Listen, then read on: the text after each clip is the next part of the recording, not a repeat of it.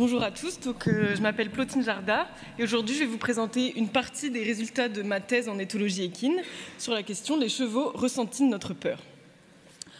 D'abord pour commencer, je voudrais faire un petit sondage et en fait en préparant cette présentation, j'ai voulu savoir un peu ce qu'en pensait Google de cette question « Les chevaux ressentent-ils notre peur ?» Donc j'ai trouvé sur un blog par exemple que la peur est communicative et elle se communique rapidement au cheval.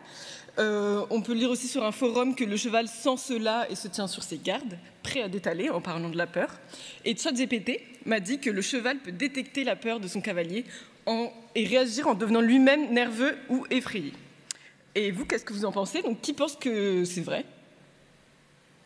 Okay. Qui pense qu'on ne sait pas?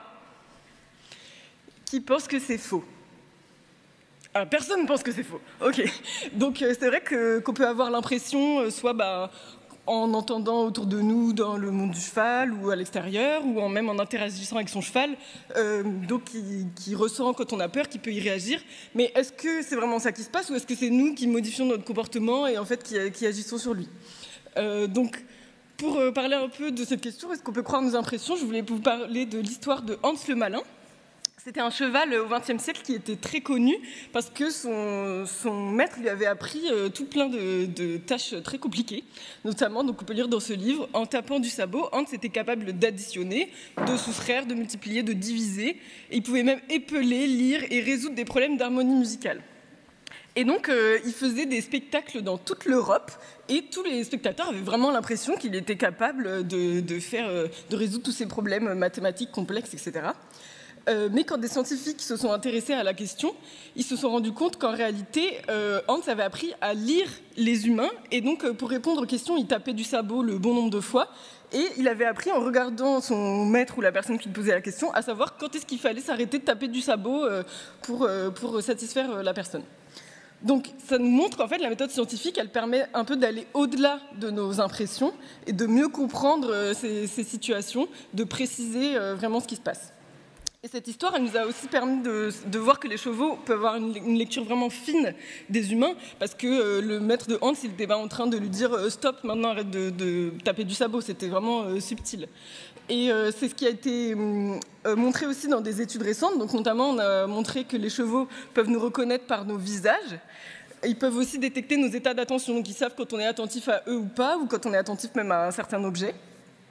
Ils peuvent effectuer ce qu'on appelle du référencement social. Donc en fait, ils s'appuient sur nous en observant notre comportement pour savoir comment se comporter eux-mêmes dans une situation nouvelle, par exemple.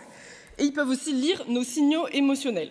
Et donc en fait, c'est sur ce sujet en particulier que je me suis attardée pendant ma thèse, pendant 3 ans, sur la perception des émotions humaines par le cheval. Et ce qu'on savait jusqu'à maintenant, c'était notamment qu'ils pouvaient détecter nos signaux de colère, de joie ou même de tristesse, et que ça pouvait avoir un impact sur leur comportement et leur physiologie. Par exemple, lorsqu'un cheval voit un visage humain en colère ou lorsqu'il entend une voix en colère, sa fréquence cardiaque augmente et il montre plus de signes de vigilance que lorsqu'il voit un visage joyeux ou lorsqu'il entend une voix en colère. Et ça pourrait même aller jusqu'à de la tristesse parce qu'on sait par exemple qu'ils peuvent différencier des visages humains joyeux ou tristes. Mais paradoxalement, donc on a vu qu'on avait des croyances sur la peur, parce que tout le monde a levé la main presque sur la question qui pense que c'est vrai. Mais pour l'instant, il n'y a pas eu encore d'études scientifiques dans ce domaine sur l'émotion de peur.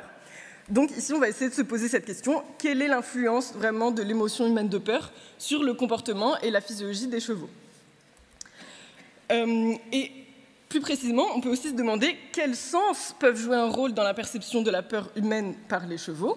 Donc on a vu avec les études que je vous citais précédemment que les expressions faciales peuvent jouer, donc des signaux visuels. Il peut aussi y avoir les tons de voix, des signaux sonores.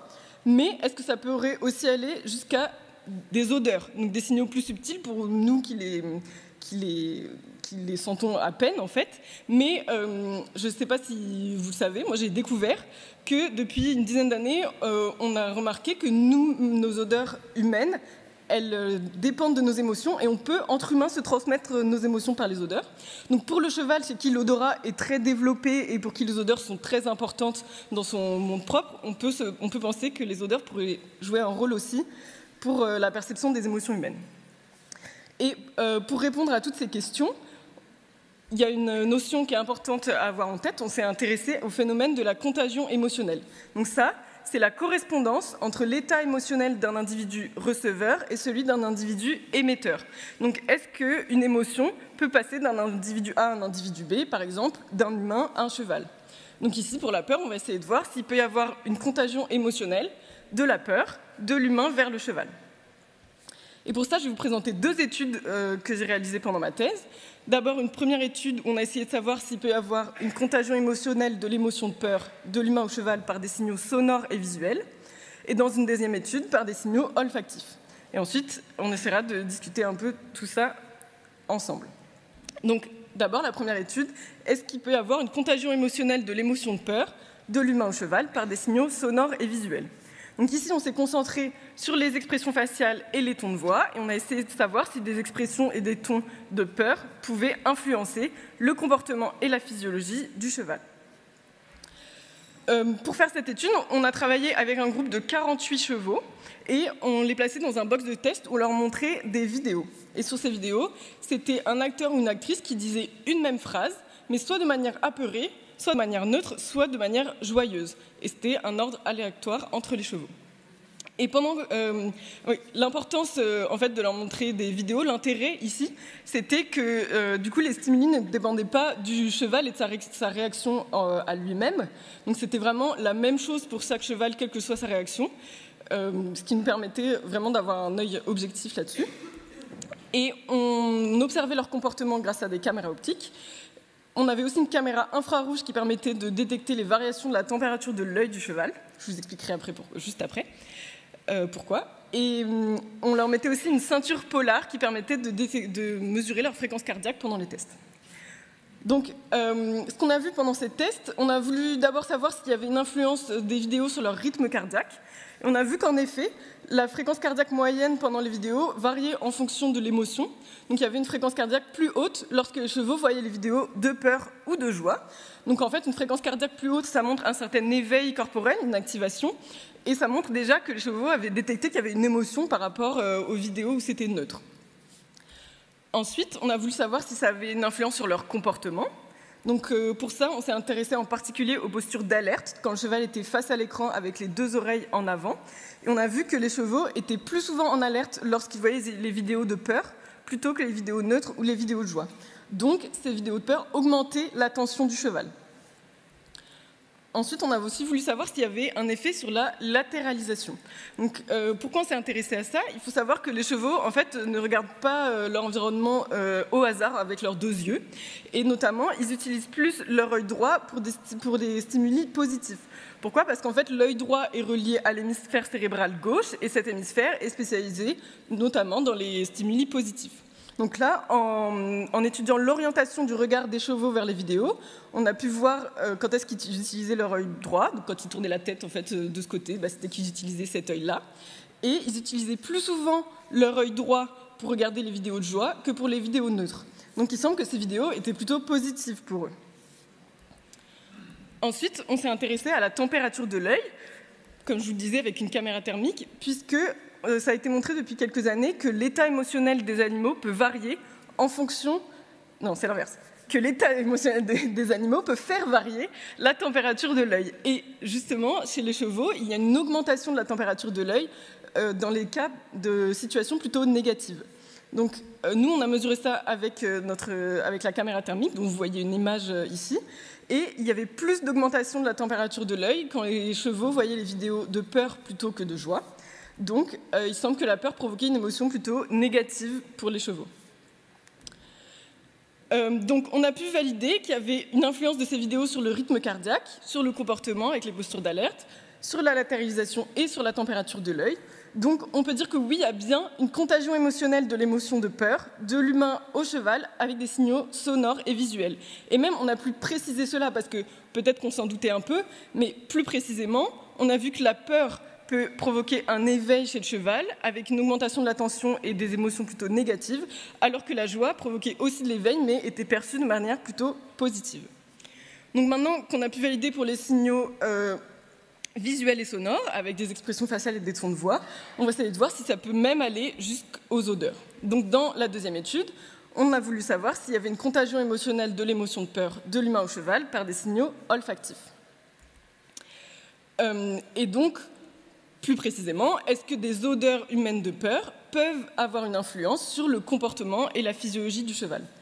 Pour étudier cette question, on a dû commencer par faire des prélèvements de sueur auprès de volontaires.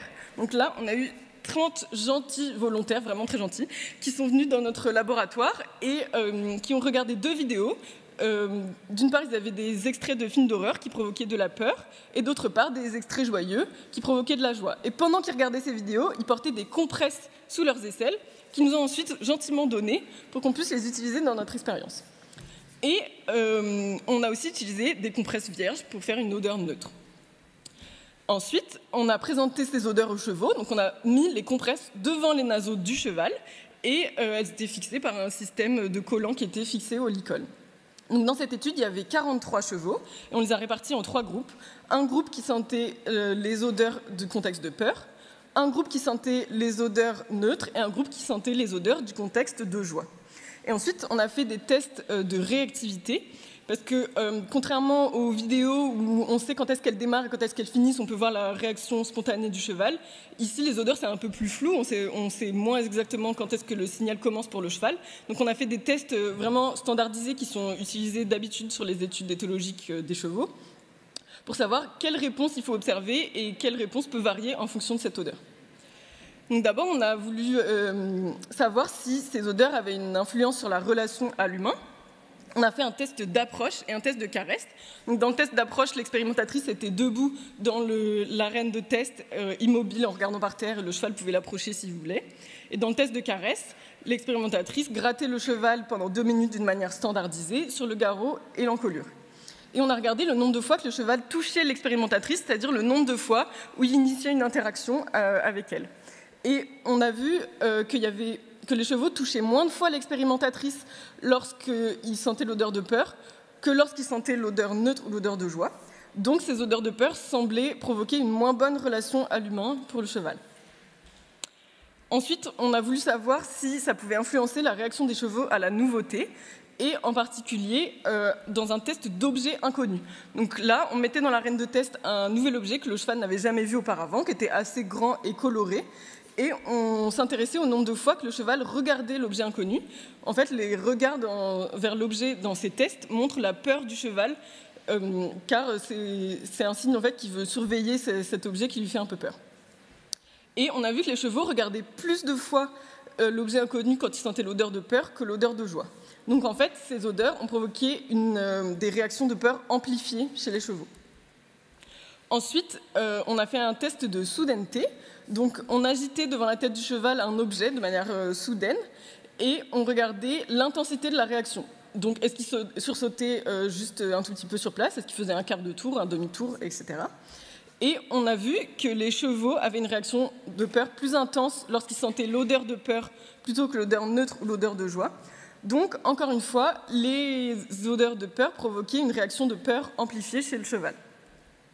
Ensuite, on s'est intéressé au rythme cardiaque. Donc, dans le test de soudaineté, on s'est intéressé au maximum de la fréquence cardiaque. Comme vous pouvez le voir sur ce graphique, dans ces tests, la fréquence cardiaque des chevaux augmentait d'un coup au moment du stimulus soudain. Et chez les chevaux qui sentaient l'odeur de peur, le maximum atteint était plus haut que pour les chevaux qui sentaient l'odeur neutre ou l'odeur de joie. Donc ça montre encore une fois, au niveau physiologique, une réaction de peur amplifiée. Donc là, on a vu que ces odeurs avaient une influence sur la relation du cheval à l'humain, sur la nouveauté, la réaction à la nouveauté, la réaction à la soudaineté et sur le rythme cardiaque. Donc on peut bien confirmer qu'il y a une contagion émotionnelle de l'émotion de peur de l'humain au cheval par les signaux olfactifs. Et on a pu préciser cela aussi. On a vu que suite à la présentation des odeurs de peur, les chevaux avaient des réactions de peur amplifiées et ça modifiait leur relation à l'humain. Donc maintenant, qu'est-ce qu'on peut dire de tout ça ? D'abord, on a pu donc confirmer qu'il y avait une contagion émotionnelle de l'émotion de peur de l'humain au cheval par des signaux sonores et visuels. Donc voilà, on a pu confirmer qu'il y avait une contagion émotionnelle donc par des signaux sonores et visuels et olfactifs, donc à la fois par des expressions faciales, des tons de voix, et ça va même jusqu'aux odeurs. Mais ce qu'il faut bien voir aussi, c'est que dans ces tests, par exemple dans la première étude, on a utilisé des vidéos, donc c'était un stimulus en 2 dimensions, et ça durait quelques minutes par cheval, et on a vu des réactions à la fois au niveau physiologique, à la fois au niveau comportemental. Et dans la deuxième étude, on leur mettait une compresse devant le naseau pendant aussi une vingtaine de minutes. C'était des compresses qui avaient été donc récoltées sur des personnes, pareil, pendant un quart d'heure à peu près. Puis on les a congelées pendant plusieurs mois, puis décongelées. Donc le signal n'était peut-être pas très, très fort, mais on a vu déjà une réaction des chevaux à ces odeurs. Donc on peut s'imaginer que dans une véritable interaction humain-cheval, les réactions seraient encore plus fortes. Lorsqu'ils ont une personne devant eux qui peut avoir des modifications à la fois d'expression faciale, de ton de voix, d'odeur, et qui est en 3 dimensions, on peut s'imaginer que leurs réactions donc voilà, à nos émotions de peur sont peut-être encore plus fortes. Donc qu'est-ce qu'on peut en dire comme conclusion et application pratique? Si on vient à notre question, est-ce que les chevaux ressentent notre peur? On avait l'impression que oui, on a pu confirmer cette impression, mais on a pu aussi aller plus loin et mieux comprendre le phénomène. Donc d'abord, il y a un phénomène de contagion émotionnelle de la peur de l'humain au cheval. On a pu préciser les conséquences que ça a, donc notamment ça provoque chez le cheval de l'éveil, des émotions négatives, aussi des réactions de peur amplifiées et une moins bonne relation à l'humain. On a pu aussi préciser quels sens peuvent jouer là-dedans, donc il y a des signaux sonores et visuels avec des expressions faciales et des tons de voix, mais aussi des signaux chimiques, donc les odeurs.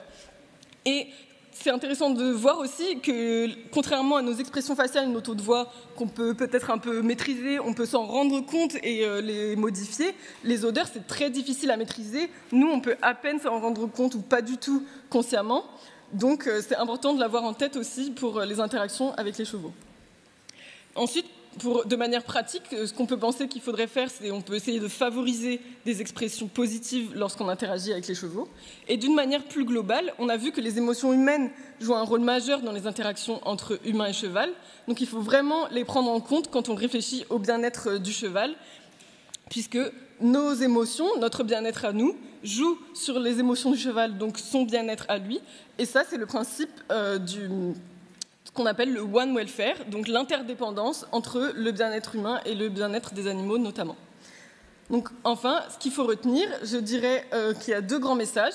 Déjà que la science permet d'aller au-delà de nos impressions, de mieux comprendre les mécanismes, de les caractériser, et le concept one welfare, donc il faut prendre en compte le bien-être humain pour améliorer le bien-être du cheval. Merci à tous pour votre attention, et je remercie aussi l'IFCE qui m'a permis de présenter ces résultats et qui a financé ces 2 études.